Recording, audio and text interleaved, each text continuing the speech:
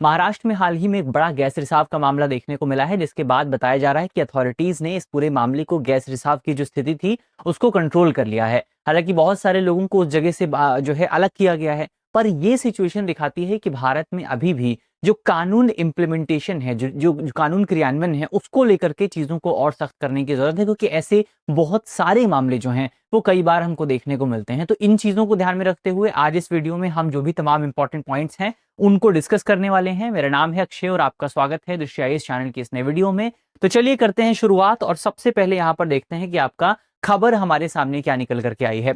तो खबर अगर आप देखें, खबर हमारे सामने निकल करके आई है कि महाराष्ट्र के पालघर जिले के तारापुर एमआईडीसी क्षेत्र में ओलियम गैस का बड़ा रिसाव आपको देखने को मिला है। गैस का नाम याद रखिएगा, कौन सा गैस, कौन सी गैस है? ओलियम गैस का रिसाव आपको देखने को मिला है। इसको लेकर के संयुक्त अभियान चलाया गया, वह ओलियम, ये जो आपका पालघर का प्रशासन है उसकी तरफ से, और इसके साथ साथ एनडीआरएफ यानी कि राष्ट्रीय आपदा प्रतिक्रिया बल, नेशनल डिफेंस रिस्पांस फोर्स की तरफ से जो है मिलकर के एक ज्वाइंट ऑपरेशन चलाया गया, और जितने भी लोग उस पूरे क्षेत्र के आसपास मौजूद थे उन सभी लोगों को सुरक्षित स्थान पर पहुंचा दिया गया है। तो अभी ये बताया जा रहा है कि स्थिति जो है वो वर्तमान समय में नियंत्रण में मौजूद है। इसके अलावा अगर देखें कि सिचुएशन हुई क्या थी, क्या चीजें आपको देखने को मिली थी वहां पर, तो जो ओलियम गैस है, ओलियम गैस बेसिकली इसको हम फ्यूमिंग सल्फ्यूरिक एसिड गैस भी कहते हैं। ये बेसिकली हवा के संपर्क में आने की वजह से, इसका हवा के संपर्क में आकर के सल्फर डाइऑक्साइड और अन्य सल्फर ऑक्साइड्स छोड़ते हैं, जिसकी वजह से जो एरिया है, जिस एरिया में गैस का रिसाव हुआ है वहां पर सफेद बादल जैसे कुछ स्मॉग जैसा बन जाता है, और यही जो स्मॉग है वो लोगों को सांस लेने में दिक्कत पैदा करता है। तो ये सिचुएशन आपको पालघर में देखने को मिली थी। हालांकि अब सिचुएशन को कंट्रोल कर लिया गया है। तो ये कुछ इंपॉर्टेंट पॉइंट यहाँ पर हमने देखे कि क्या गैस रिसाव का मामला जो था वो हमारे सामने निकल करके आया था। आगे बढ़ने से पहले आपके लिए एक इंपॉर्टेंट सूचना है, छोटी सी सूचना है। सूचना ये है कि अगर आप यूपीएससी की तैयारी कर रहे हैं, अगर आपका कोई साथी है, कोई दोस्त है, कोई परिवार का व्यक्ति है जो यूपीएससी की तैयारी कर रहा है, तो हम आपके लिए एक बहुत ही अच्छा कोर्स लेकर के आए हैं जिसका नाम है studio GS foundation live online course. ये कोर्स पूरा आपका ऑनलाइन होने वाला है, यानी कि आप अपनी सहूलियत के मुताबिक कहीं से भी कभी भी रह करके पढ़ाई कर सकते हैं। और जीएस फाउंडेशन कोर्स है, यानी कि इसमें बेसिक से लेकर के एडवांस तक जितनी भी आपकी चीजें हैं, चाहे वो चीजें प्रीलिम्स के लिए इंपॉर्टेंट हो, चाहे वो चीजें मेंस के लिए इंपॉर्टेंट हो, सारी चीजों को यहाँ पर डिटेल से कवर किया जाएगा। तो बहुत कॉम्प्रिहेंसिव कोर्स आपका होने वाला है। इसमें आपको मटेरियल भी आपके घर तक पहुंचा करके दिया जाएगा। 14 महीने तक आपकी क्लासेस चलेंगी, 18 महीने तक आप क्लासेस को देख पाएंगे, और 2 साल तक यानी कि 24 महीने तक आपको करंट अफेयर का फ्री एक्सेस मिलेगा। और सबसे खास बात यह है कि इस पूरे कोर्स का जो प्राइस है वो बहुत मिनिमम है, मात्र 24,999 रुपए में इस पूरे कोर्स को आप प्राप्त कर सकते हैं। और अगर आपको लगता है कि ये भी प्राइस बहुत ज्यादा है, क्योंकि आप हमारा प्रोग्राम देखते हैं, तो अगर आपको लगता है कि ये प्राइस बहुत ज्यादा है तो आप जो है इस कोड का इस्तेमाल कर सकते हैं। ये कोड आपके सामने लिखा हुआ है AKSHAY, इस कोड को इस्तेमाल करिएगा। इसके बाद आपको और ज्यादा डिस्काउंट जो है वो इस पूरे प्राइस पर मिल जाएगा। और अगर आपको लगता है तब भी आप एक बार में पूरी पेमेंट नहीं कर पाएंगे, तो इस कोर्स में आपके लिए EMI की सुविधा भी मिलेगी। आप हर महीने कुछ मंथली पेमेंट करके भी कोर्स को प्राप्त कर सकते हैं। तो पूरा कॉम्प्रिहेंसिव पैकेज जो है वो इस पूरे कोर्स में मौजूद है। अगर आपको कोर्स ज्वाइन करना है तो वीडियो के डिस्क्रिप्शन में लिंक दिया गया है, उस पर क्लिक करके आप इस पूरे कोर्स को ज्वाइन कर सकते हैं, या आप हमारे नंबर पे भी कॉल कर सकते हैं। नंबर नोट करके रखिए 8750187501। तो चलिए बढ़ा जाए आगे और बात करते हैं अगले पॉइंट के बारे में। तो सबसे पहले हमने देखा कि खबर आपके सामने क्या निकल करके आई है। अब हम देखते हैं कि जो ओलियम गैस है, इस ओलियम गैस के बारे में क्या इंपॉर्टेंट पॉइंट्स हमको जानने चाहिए। ये ओलियम गैस क्या है, कितनी खतरनाक हो सकती है।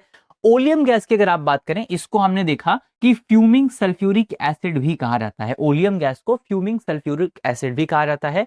सल्फ्यूरिक एसिड और सल्फर ट्राइऑक्साइड का एक बहुत ज्यादा, एक अत्यधिक विषैला संक्षारक और तरल मिश्रण है। ये क्या है? बहुत ही ज्यादा विषैला होता है, बहुत ज्यादा संक्षारक होता है। तो किस चीज का मिश्रण है? सल्फ्यूरिक एसिड और सल्फर ट्राइऑक्साइड का मिश्रण है। अब इसमें अगर आप देखें, इससे घनी खतरनाक सफेद गैस निकलती है। वही हमने देखा, जैसा कि हमको पालघर में देखने को मिला कि इसकी वजह से एक स्मॉग जैसी चीज जो थी वो पालघर में हमको देखने को मिली। तो इससे एक बहुत खतरनाक सफेद गैस निकलती है, जिसके संपर्क में आने पर हमारे शरीर में गंभीर प्रभाव देखने को मिल सकते हैं। जैसे आपको सांस लेने में दिक्कत आ सकती है, घुटन देखने को मिल सकती है, आंखों में जलन हो सकती है, त्वचा में आपको, आपकी जो स्किन है उसमें इरिटेशन हो सकती है, जलन पैदा हो सकती है। तो बहुत सारे इंपैक्ट जो हैं वो आपको इस पूरी गैस के हमारे शरीर पर देखने को मिल सकते हैं। और बाकी हमने देख ही लिया है कि जहरीली गैस है, विषैली गैस है, तो आप सोच सकते हैं कि कितना बड़ी आपदा जो है वो पालघर में हो सकती थी और कितनी बड़ी आपदा को टाला गया है। ये एक इंपॉर्टेंट पॉइंट यहाँ पर हमको याद रखना है। इसका मुख्य इस्तेमाल कहाँ पर होता है? इसका मुख्य इस्तेमाल जो है, जो सल्फ्यूरिक एसिड है, सल्फ्यूरिक एसिड के जो कंपाउंड्स हैं उनको एक स्थान से दूसरे स्थान पर ट्रांसपोर्ट करने के लिए इसका इस्तेमाल किया जाता है। तो ये एक इंपॉर्टेंट पॉइंट यहाँ पर हमको याद रखना है। अब ये जो ओलियम गैस है, ये जो ओलियम गैस है, ये ओलियम गैस के रिसाव का पहला मामला भारत में देखने को नहीं मिला है। इससे पहले भी एक मामला आपको राजधानी दिल्ली में देखने को मिला था और वो बहुत फेमस मामला है। उसके बारे में थोड़ा सा देखते हैं, उसके बारे में समझते हैं। तो एक जो मामला आपको 1985 में दिल्ली में देखने को मिला था, उस केस को कहा जाता है दिल्ली ओलियम गैस रिसाव मामला। ये मामला सुप्रीम कोर्ट में पहुंचा था और सुप्रीम कोर्ट ने इस मामले में एब्सोल्यूट लायबिलिटी, पूर्ण दायित्व के सिद्धांत को स्थापित किया था। इसीलिए ये केस इतना ज्यादा इंपॉर्टेंट माना जाता है। तो थोड़ा सा इसके बारे में बात करते हैं। सबसे पहले घटना क्या हुई थी दिल्ली में? तो दिसंबर 1985 में, दिसंबर 1995 में घटना देखने को मिली थी, जहां पर एक कंपनी थी, कंपनी का नाम था Shriram foods and fertiliser industries. तो इसका एक भंडारण टैंक था, वहां से ओलियम गैस का रिसाव देखने को मिला था। उस भंडारण टैंक में ओलियम गैस मौजूद थी और वहीं से हमको ओलियम गैस का रिसाव देखने को मिला था। अब यहां पर आप देखें इसका प्रभाव क्या रहा था उस समय। प्रभाव ये रहा था कि इसकी वजह से दिल्ली और इसके आसपास के जो इलाके हैं, खासतौर पर जहां पर ये फैक्ट्री मौजूद थी, उस फैक्ट्री के आसपास के क्षेत्र में आपको जहरीले बादल जो हैं वो देखने को मिले थे। जहरीली गैस जो है वो चारों तरफ फैल गई थी और इसकी वजह से अफरा तफरी मच गई थी। लगभग 700 लोगों को, 700 से ज्यादा लोगों को दिल्ली में उस समय हॉस्पिटलाइज किया गया था, हॉस्पिटल में भर्ती किया गया था। हालांकि केवल एक व्यक्ति की मौत जो है, एक बचाव कार्यकर्ता की मौत जो है, वो सांस न ले पाने की वजह से हो गई थी उस समय, लेकिन 700 से ज्यादा लोगों को हॉस्पिटलाइज करना पड़ा था। तो ये एक इवेंट आपको दिल्ली में देखने को मिला था। फिर इस पूरे मामले को लेकर के सुप्रीम कोर्ट में केस गया। सुप्रीम कोर्ट ने इस पूरे मामले की सुनवाई करी और सुप्रीम कोर्ट ने इस पूरे मामले में पूर्ण दायित्व यानी कि एब्सोल्यूट लायबिलिटी का जो सिद्धांत है, ये सिद्धांत स्थापित किया। इस सिद्धांत में कहा जाता है, जिसमें निर्णय दिया गया कि खतरनाक गतिविधियों में शामिल उद्योग बरती गई सावधानियों की परवाह किए बिना भी किसी भी नुकसान के लिए की भरपाई के लिए उत्तरदायी होंगे। बहुत सिंपल सा मतलब है। एब्सोल्यूट लायबिलिटी का मतलब यह है कि मान लीजिए आप कोई फैक्ट्री चलाते हैं, या मान लीजिए कोई व्यक्ति ए है, व्यक्ति ए कोई फैक्ट्री चलाता है और फैक्ट्री चला कोई खतरनाक केमिकल या कोई खतरनाक गैस का वहां पर इस्तेमाल होता है।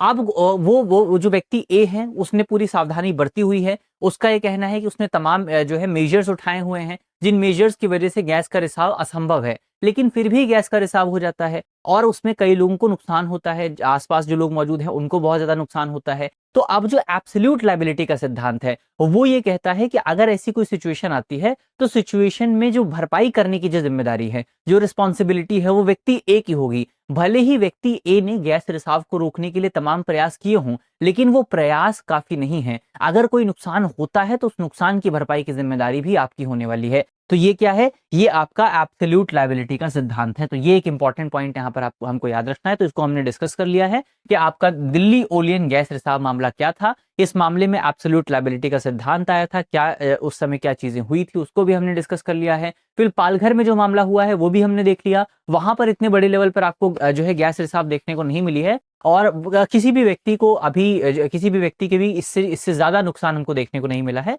हालांकि लोगों को वहां से बाहर निकाल दिया गया है। तो ये एक इंपॉर्टेंट पॉइंट हमने डिस्कस कर लिया है। बढ़ते हैं आगे और अब अंत में आपके लिए करंट अफेयर का एक सवाल है, बहुत इजी सवाल है। इसका जवाब आपको कमेंट बॉक्स में देना है। सवाल में आपसे पूछा गया है कि एब्सोल्यूट लायबिलिटी यानी कि पूर्ण दायित्व का सिद्धांत निम्नलिखित में से किससे संबंधित है? हमारे ऑप्शन है, ऑप्शन ए खतरनाक या जोखिमपूर्ण उद्योगों द्वारा हुई क्षति के लिए बिना किसी अपवाद के उत्तरदायित्व, ऑप्शन बी केवल सरकारी अधिकारियों की व्यक्तिगत लापरवाही, ऑप्शन सी अनुबंध उल्लंघन से उत्पन्न दीवानी दायित्व और ऑप्शन डी युद्धकाल में राज्य की संप्रभु शक्ति। तो इसका सही जवाब क्या होगा वो आपको जल्दी से कमेंट बॉक्स में बताना है कि यहाँ पर आपका जो एब्सोल्यूट लायबिलिटी का सिद्धांत है उसमें कौन सा ऑप्शन बिल्कुल सही फिट बैठता है। तो ये हुई हमारी आज की वीडियो। इसी नोट के साथ करते हैं वीडियो को समाप्त। मुझे उम्मीद है वीडियो आपको पसंद आई होगी। अगर आपको वीडियो अच्छी लगी है तो वीडियो को लाइक कीजिएगा, वीडियो को शेयर कीजिएगा अपने दोस्तों के साथ, अपने साथियों के साथ और अपने हमारे चैनल को सब्सक्राइब करना बिल्कुल मत भूलिएगा। मिलते हैं आपसे अगली वीडियो में, तब तक के लिए अपना ख्याल रखिए, ध्यान रखिए, पढ़ते रहिए। धन्यवाद। अब एग्जाम की तैयारी को और बेहतर करने के लिए हमारे चैनल को लाइक, शेयर और सब्सक्राइब करना ना भूलें।